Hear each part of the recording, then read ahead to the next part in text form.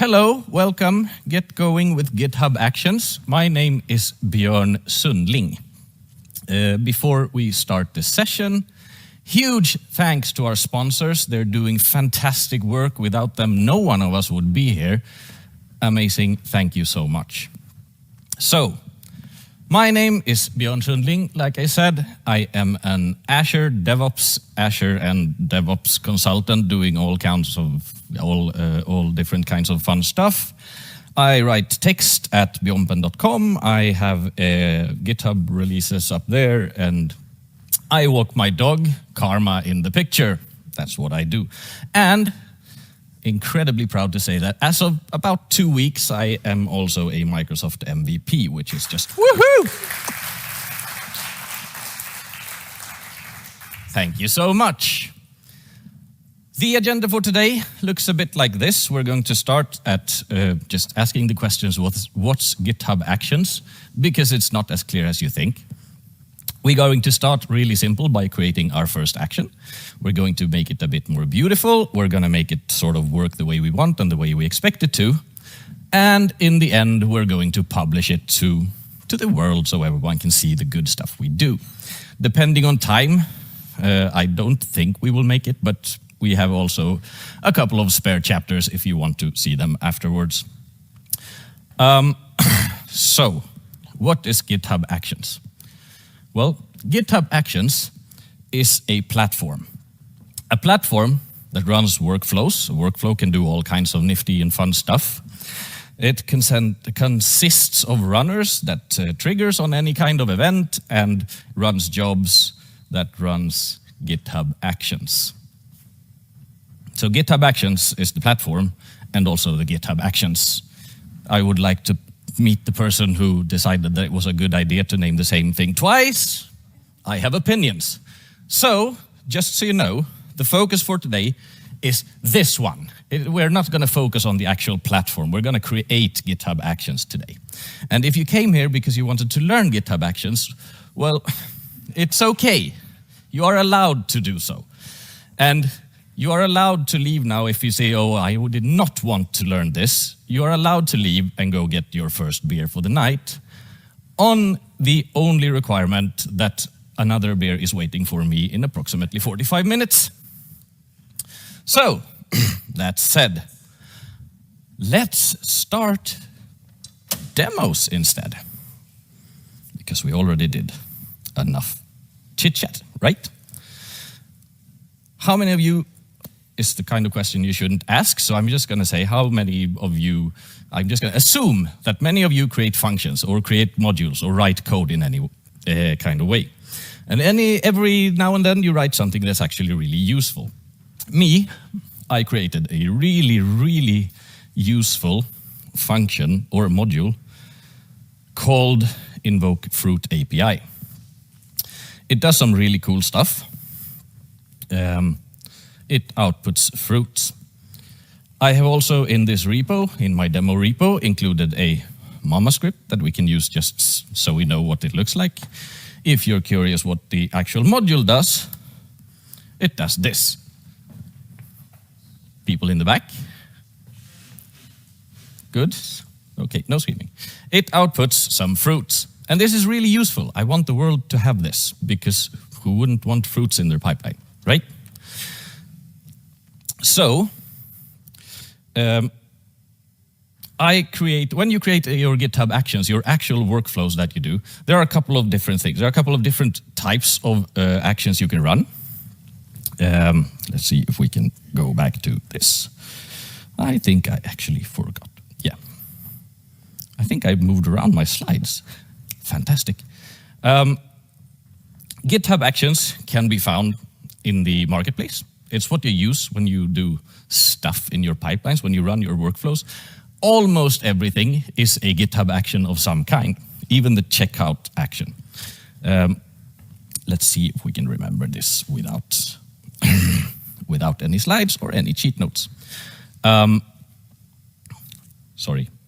I need to catch up. So, where were we? Sorry.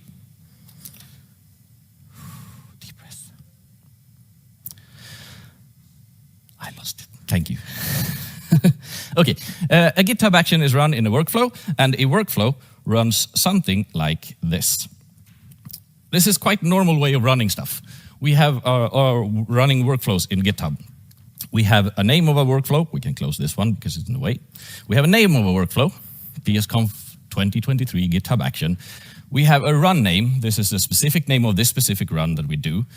We have a trigger. Like I said, every workflow has a trigger. It runs jobs and it runs code, and it has the keyword uses. Every time the keyword uses shows up here, you're running a GitHub action. And the format of these actions is mostly quite simple. You have a repo owner and a repository. So if you go to github.com/action/checkout, you're actually going to see the action code that's running. And today, we are going to create one of these actions. And that's actually really, really quite simple to get going. I have in my starter repo here an actions.yaml. The first requirement when you create your own actions is that the name of the file should be actions.yaml or actions.yaml, because YAML is awesome and fantastic. So, comparing these two, they actually look quite similar. You have a name. GitHub action or my action YAML has a name, my first action. My runner, the workflow, has a name. Sorry. In GitHub Actions, we need to have a description. Well, in my runner, I don't have a description, but I have a run name, which is a description of this particular run. In GitHub Actions, we use the keyword runs. Runs is basically the baseline of it all. This is where the magic happens. In the runner, we have jobs. See, the format of these two files is quite similar to each other, so it's actually quite easy to sort of get the base understanding of it. There are 3 types of different actions we can run. So we use the keyword using in our runs. You can run Composite Actions, which I will get back to in a second. You can run Docker Actions, which basically runs Docker containers doing whatever you want to. If you build a Docker file, you can do whatever you want to in it. And we have JavaScript, which I have absolutely no idea how it works, and I have no interest of learning. Thank you. So, we are going to focus today on running composite actions. A composite action is basically just a way of combining one or more steps into something else. With the baseline scene like this, let's head first into and see if we can actually create an action live.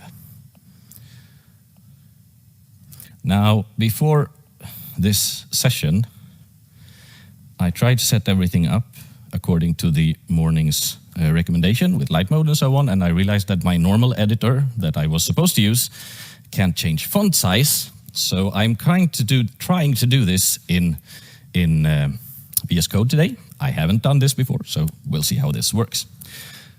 Like I said, there are a couple of things we need. We need to create a YAML file, action.yaml or action.yaml. And if we are to publish this, we need it to be in the root of our root folder of our repository. We can use subfolders, such as I just showed you, but then it only works internally in this specific repo. We can't reference it outside. There are a couple of keywords apart, there are a couple of things we need to remember apart from this. Like I said, there are the first key values, the first stuff we need to add. Every single GitHub action needs a name. And if we are to publish this globally, it needs to be globally unique. We can type PSConfEU 2023. So it needs to have a name.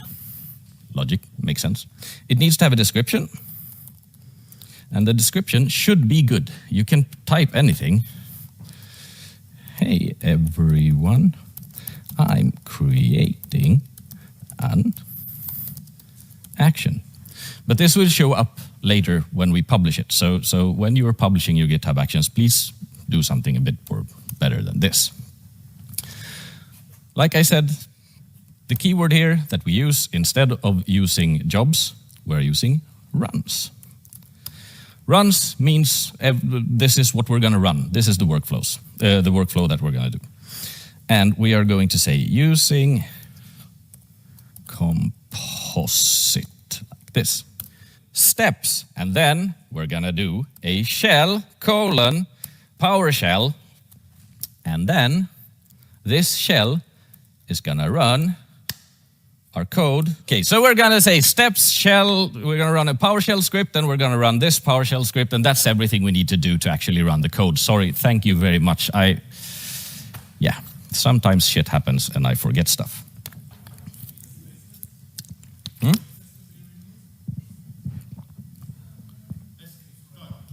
Yeah, thank you. Okay, once we do this correctly, hopefully, we are going to end up with a run action that, well, does something like this. Come on, work. And we can check it out. Like I said, you can do this in your own folders, in local folders, but then you can only do it locally. And we're outputting, hopefully, if my internet works, a couple of fruits, running my awesome function because I have a write host in there, and we output our fruits like this, okay? Of course, this is probably not what we want to do. So this is where we actually start to write interesting code. Hopefully, works better.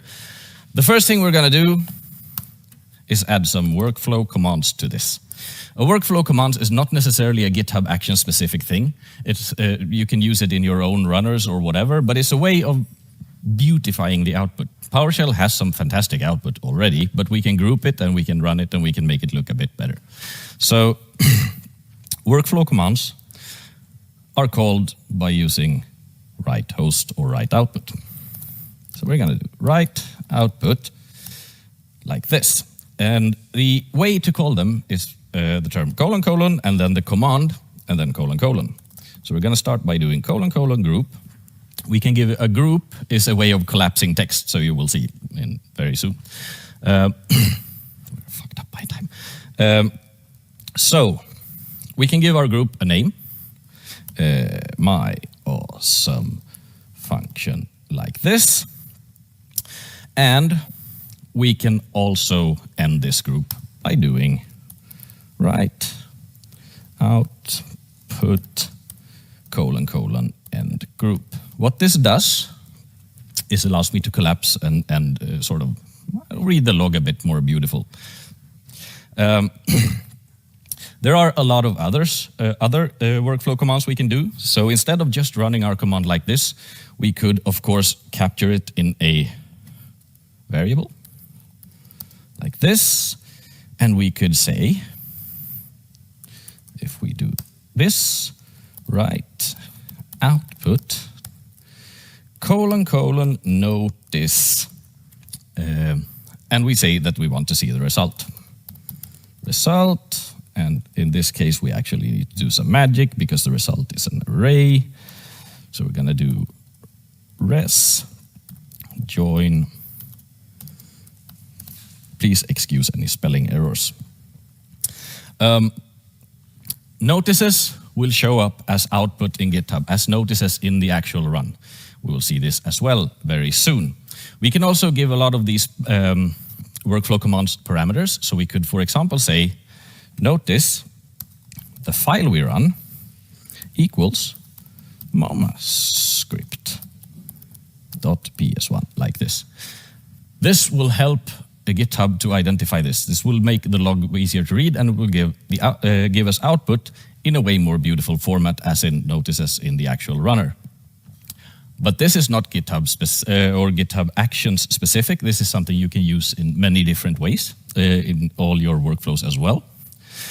So, of course, we can try this one as well.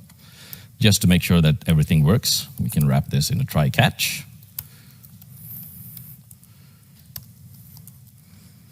And we use the workflow command, write output colon error, and we can do error. Let's do the ugly way, like this. So we can capture this, we can capture our errors, we can handle them, and we can output them in a bit more beautiful ways in our logs. This is, like I said, it only affects the output to the console log and so on. If we want to do output that you can reuse, we need to use them in a later step. We want so the step after our invoke fruit API is, of course, create fruit salad. But we need to send our fruits to the fruit salad command, right? So instead of just writing output to screen,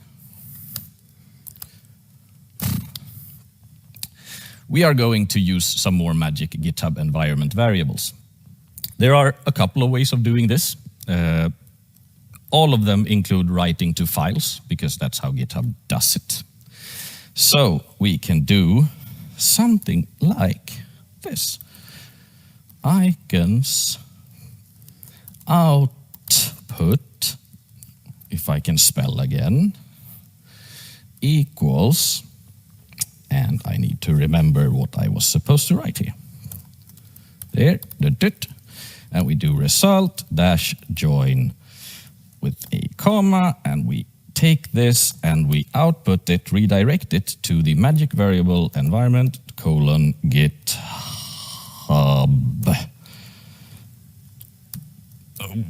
Let's see, end. Let's do that one first.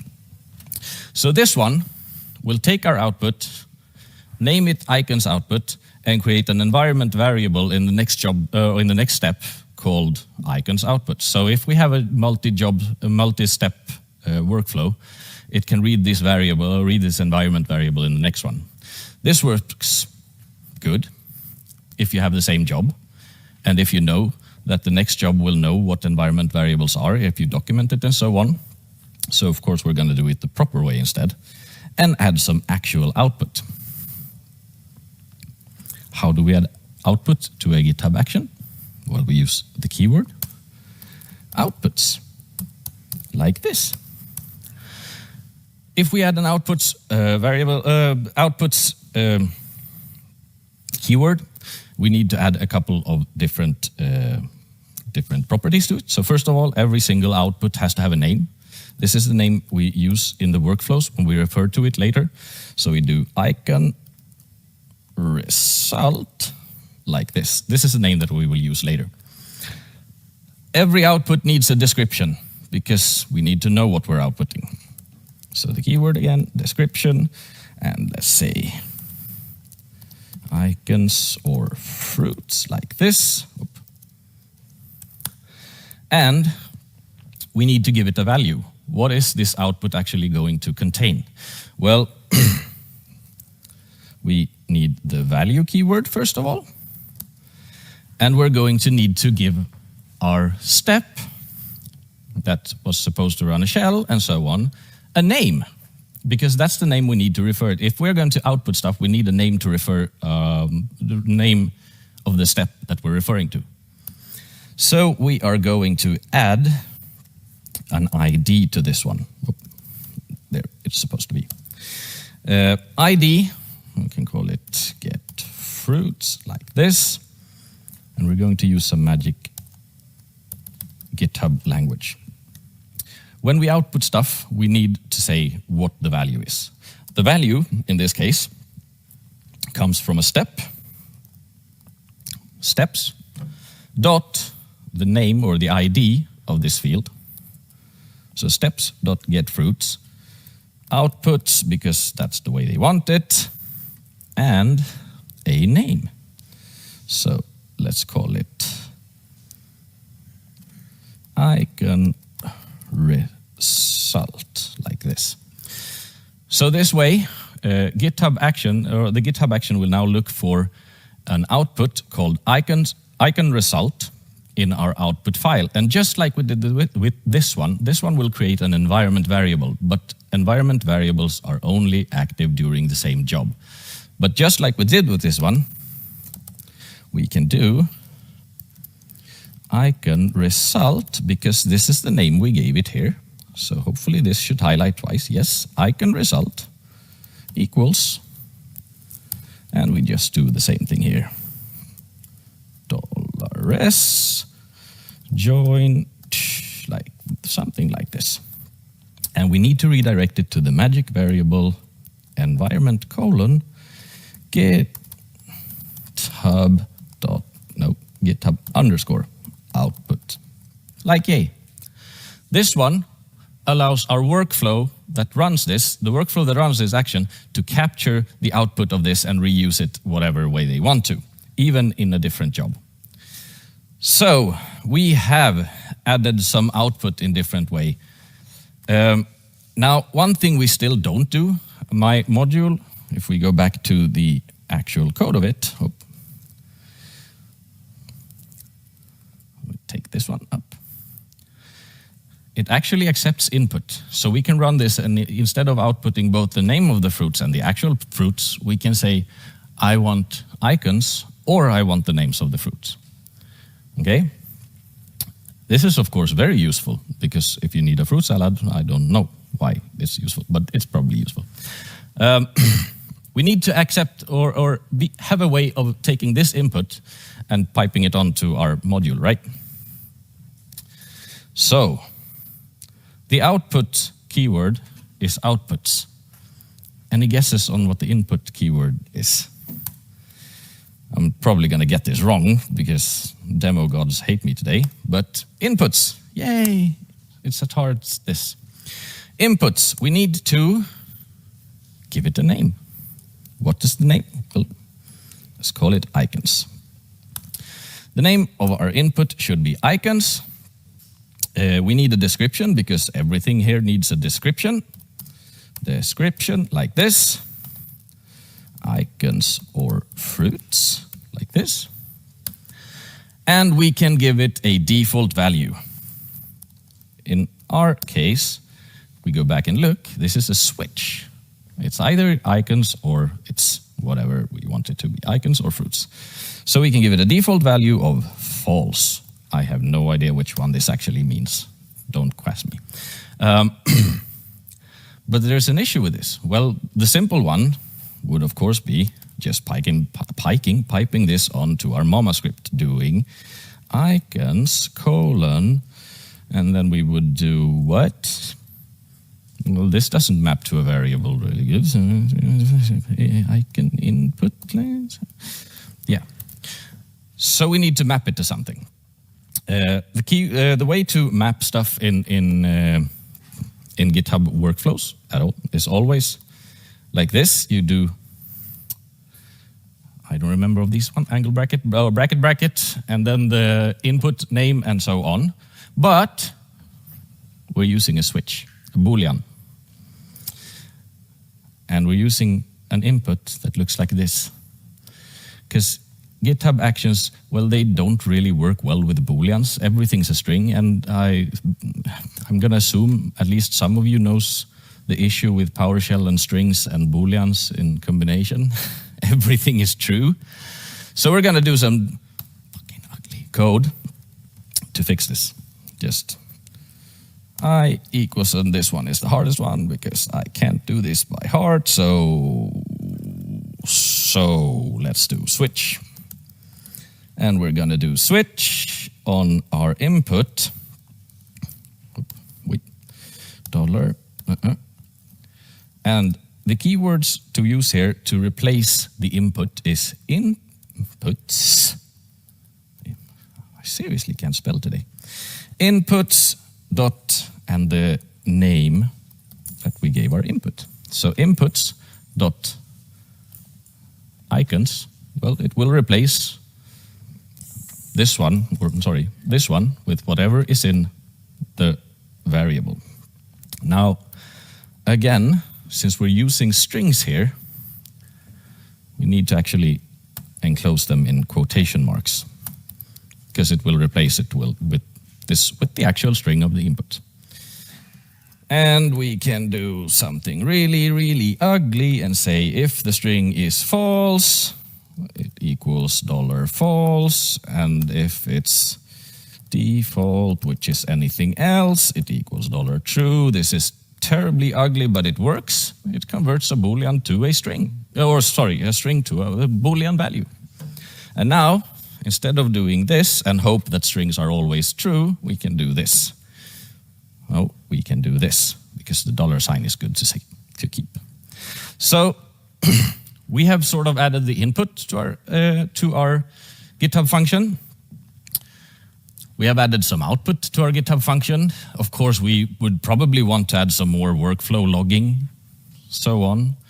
But once we have done this, let's see if we can do. I think you missed another $sign at the red result. 930? Yes. Line 30, sorry. That, yeah. Doesn't really matter because, thank you, very, very good. But, yeah? Why don't you use system I don't know, because I didn't write that in my notes. I said it's an ugly way. There are many ways to solve the same problem. Anyhow, because I can't write for today, apparently, I, of course, pre-made this as well.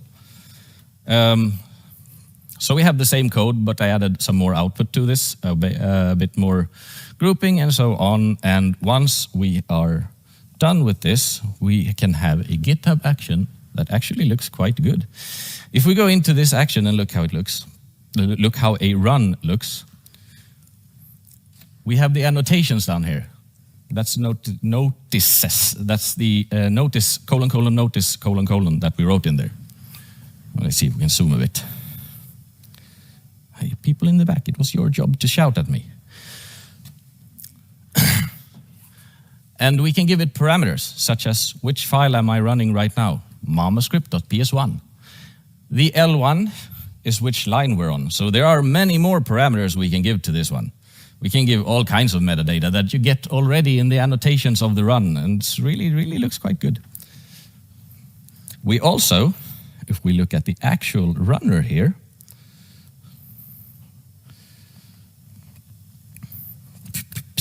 there we go, can use our function in a different repo because it's public. In this case, I'm referring to a commit ID. So the sign after the @ it's my repo. It's my GitHub user account. I hate this new highlight thing. My GitHub user account, the repo it's in, and the GitHub commit ID that we're referring to. That means if I'm updating this repo, it's still going to run the same version. Just like when we created the action, if we are to reuse stuff in jobs afterwards, we need to give our workflow an ID and say, write stuff results into this. And like I said, we have a couple of ways of outputting stuff. We can either use the environment variable, but this only works in the job that runs here. We can output stuff like this and say that this output stuff from this output, it maps into this value, and that way we can reuse this wherever we want to, and no matter what job it is. And we can input data to it with the keyword with to our newly fancy created GitHub action. And if we run it, again, if we go back to the run,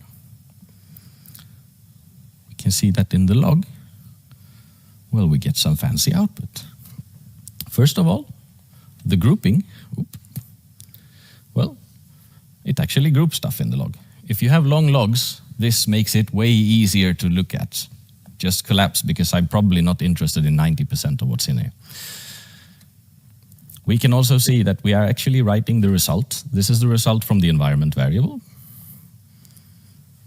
Here, from the environment variable.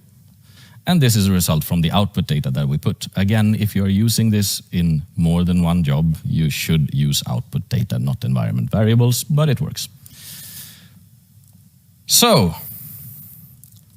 looking at the finished result of this, that it should have been, if I hadn't fucked up in the beginning, we have something looking, let's cheat a bit, like this. I'm so good at writing code. So, we have created our action. It looks good. It's suddenly changed name and description. Awesome, fantastic. Are we ready to publish it? Damn close, at least. If we go back to the Actions, there we go. GitHub Actions Marketplace and see how it looks. Well, everything here has an icon. Some has fancy icons looking like their company logos. If we go back to the sort of way lower pages, we can sort of see a pattern here, maybe. Everyone has a nice little circle with a nice little color and a nice little icon. So before we publish our function, we are going to give it one last keyword, and that is branding.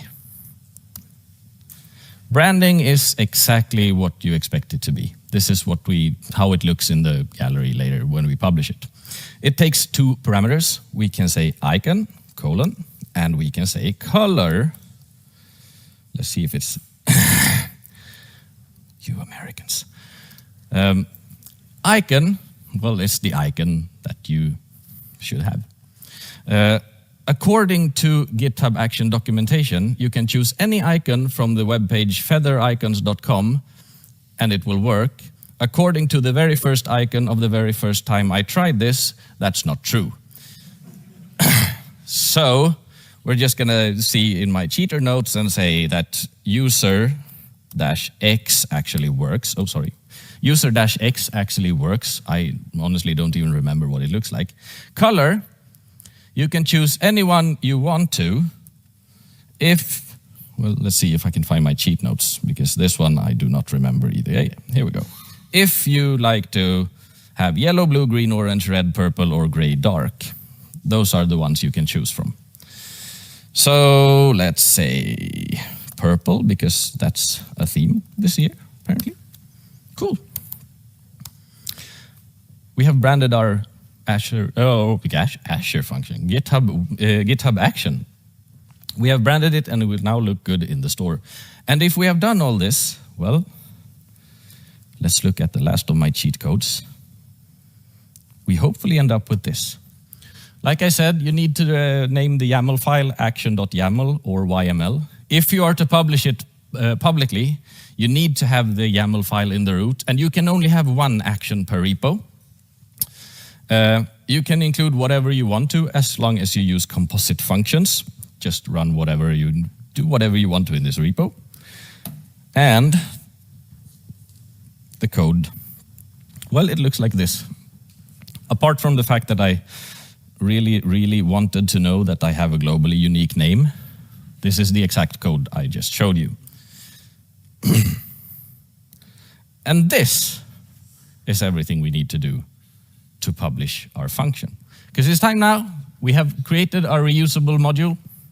We have created some scripts and some runners for it. We have written our YAML that does some beautiful output for it and does some magic with it and sort of summarize it and so on. And if everything works fine, let's see, I'm just going to go in and copy the name because otherwise I will forget it. If everything works fine, we can now create a new release. This is basically tagging a Git check-in. So what it does, it takes the last Git commit and appends a tag to it. But since we have all this in place, since we have the action.yaml in the root, GitHub actually realizes that this is a GitHub action containing repo. Should we publish it? Well, yes, of course. It even does some checking for us. Do we have a globally unique name? Yes, we do. Do we have a description? Yes, we do. Do we have an icon and a color? Yes, we do. Best practices, you should have some information, a README. This is actually required because this will show up in the description as well. And we need to give it a couple of categories. This is because when you search for it later, it will show up there. You should give it a bit of metadata as well. So we need to create a new tag, v1, because that's cool. And you should also input some release information. What does this release contain? So let's say let's say PSConfEU doing GitHub Actions like this. I'm demoing stuff like Something like this. What? That's me, the con. Yeah, okay. We can set it as a pre-release if we want to. I don't. So let's just go publish it. And I did not really hope for that one to show up, especially since, well, you shouldn't see my authentication codes, but okay. Please don't hack my GitHub account.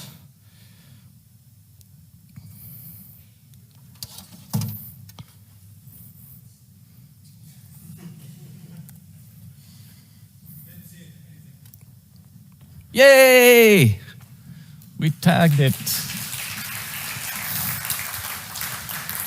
Bit of a mishap, but we ended up in a published, tagged GitHub action. But this is where the magic happens. And I hope it happens. It should happen. You can actually go in and use this right now. So, yeah, you can actually right now go in because it's a live demo. People can go in here and click. How do we do? Well, come on, internet. Okay. This is what you need to do. Again, you should probably put some more README metadata, some good stuff in there so you can actually explain how to use this because, well, this doesn't really tell you much about the features, the parameters, and so on. So please document your stuff. But, again, apart from minor mishaps, this is what we need. It's, I was going to say actually not that hard, but apparently it's really, really hard to do this. But it doesn't take much difference. It's a bit of YAML until you can publish your stuff until up to the community to use, reuse, and do whatever they want with it. And I'm pretty sure that a lot of you people out here write super cool stuff. I'm also pretty sure like at least 10 of you have written the same super cool stuff. I, for one, would not like to write the same super cool stuff. If it's possible to steal someone else's, I'd gladly do it. So look into this. Read the documentation. It's really, really bad, which is apparently why I failed. But it works. And it's not that much code you need to add to it. You could, of course, write all of this instead of doing, like I did, the stupid way, trying to write it live on stage and writing everything in a YAML file, create a PS1 file that actually runs this, because it probably would make more sense to have my mama file do all of this. The only thing is, if I did, well, if I ran it in a console, this would actually output at something else. So you would have to have some add some ifs and so on, and say, if we're running in an if you were running in a GitHub workflow, output this instead, or append it to your right output. But getting started isn't necessarily super hard. So let's see how much I have missed by now. Because we are running out of time. Like I said, I do have some more demos, but we're not going to make it through those. You can do this in Docker as well. And, well, we can actually show you really quick. I won't build a Docker function right now, but let's see if we can find the right code. There we go. We create our action YAML. It needs a Docker file. Docker file can do whatever Docker file can do. I am not a good Docker file person, but you can add stuff into a Docker file and tell it that this runs a PowerShell script. I was supposed to add a get PSConf speaker, but I ran out of time. And then you simply say runs Docker instead of runs Composite, and you give it the name of the Docker file you want to run, and then the action will run this Docker file instead.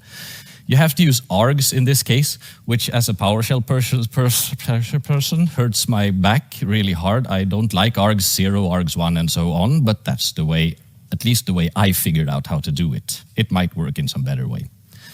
So you can do this in Docker as well. 250. Before I leave, I actually want to do a small shout out to a person who should have been here speaking this year, but isn't, James Brundage, because he's the one who sort of got me understanding this, because I created a module called PS Secret Scanner that was asked for, that someone said, like, can you make it into a GitHub action? And I started reading the documentation and realized that I have no fucking idea how this works. So James spent a lot of hours with me and tried to explain it and helped. He has a module that does a lot of this automatically, and he helped me get it working. So huge shout out to him. Too bad you're not here. And with that, come on. Please, no hard questions, because apparently I'm really bad at this. No. Are there any questions? Go.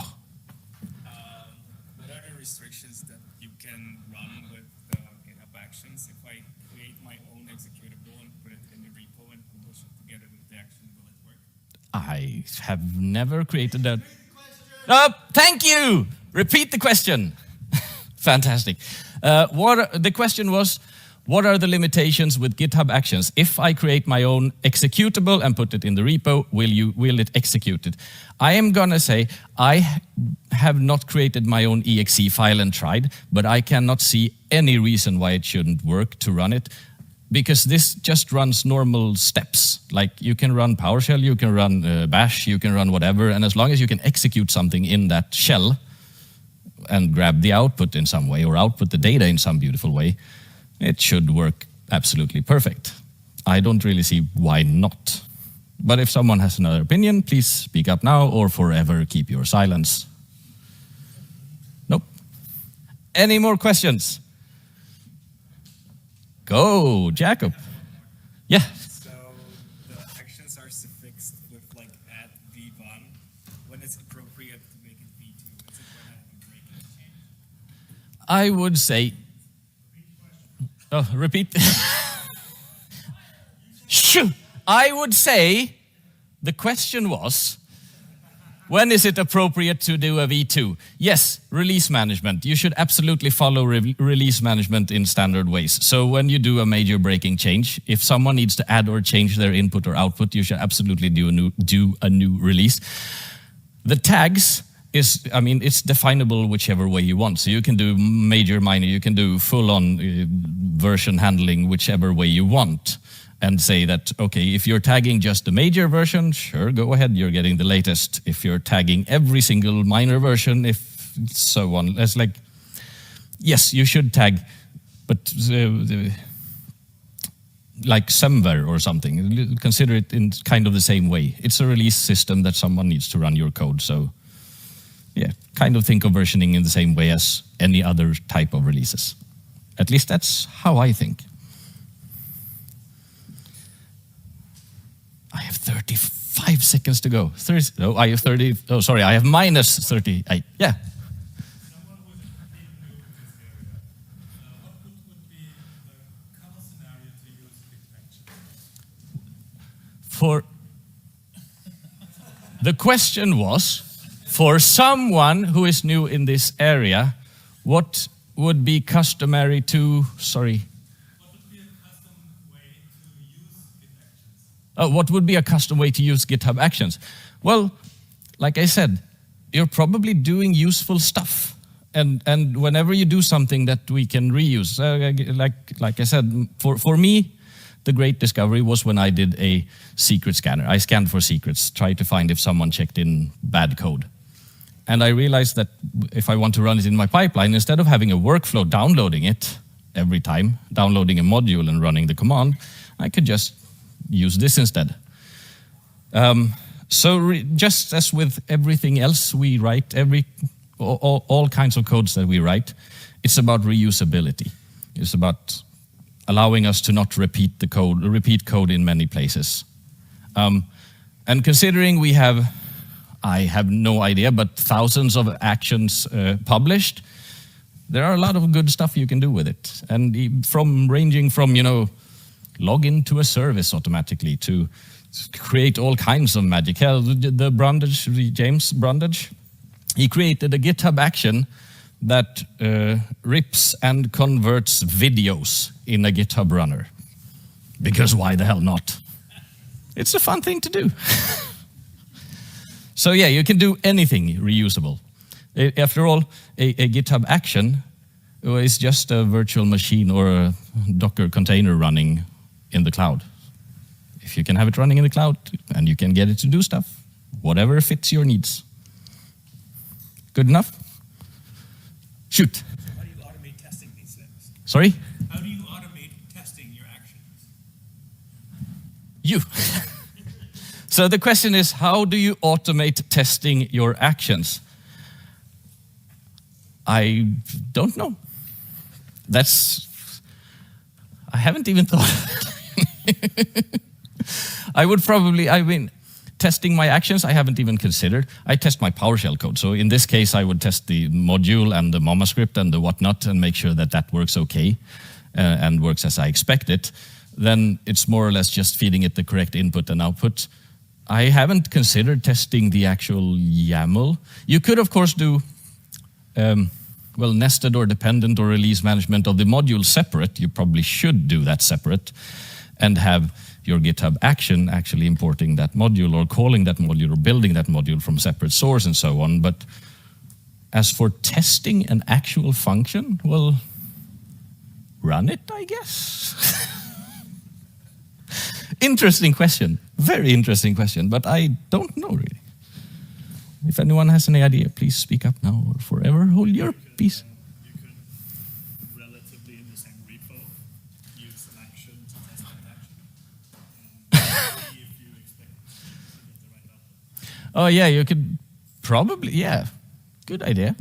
You could have a workflow in your GitHub action repo running that action as a local action and testing that the output still behaves or input and output still behaves. That's absolutely doable. You can only have one action per repo, but you can have workflows because workflows, again, is just workflows running jobs on a machine in the cloud. Good idea. Thank you, Emmanuel. Actually, it's not a second. The question is, we can try to use your action If I can try it right now. So the question was, Rob isn't here, good enough. The question was, can we try to use my action? Well, I could, but I'm 5 minutes over time. So let's see if we can do this really quickly. Like I said, we should be able to just do something like this.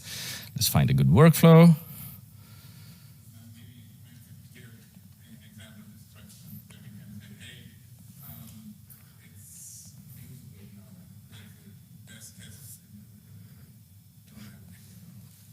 Sorry? No, it's if you use it now, that's a test for it. Yeah, of course.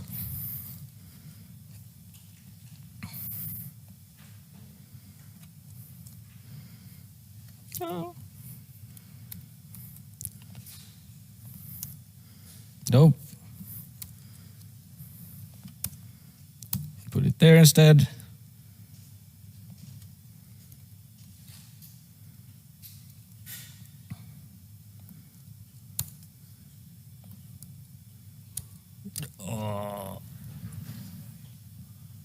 With icons.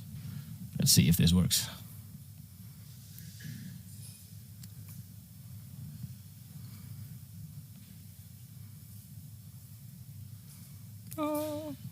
There. And we trigger run.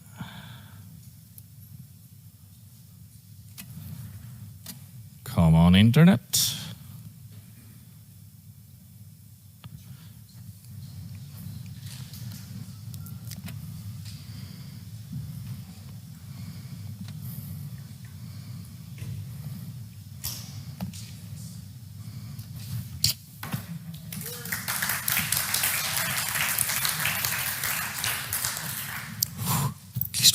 One demo worked. Thank you, God.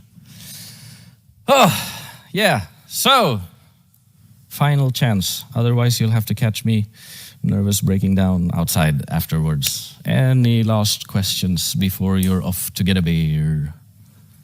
Good. Thank you very much.